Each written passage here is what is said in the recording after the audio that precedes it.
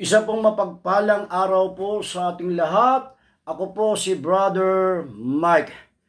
Paano po tayo sinusubok ng ating Diyos? Ayon po kay Isaiah 48:10, ang pagsubok ay dumadaan sa mga bagay na kahirapan o mahirap.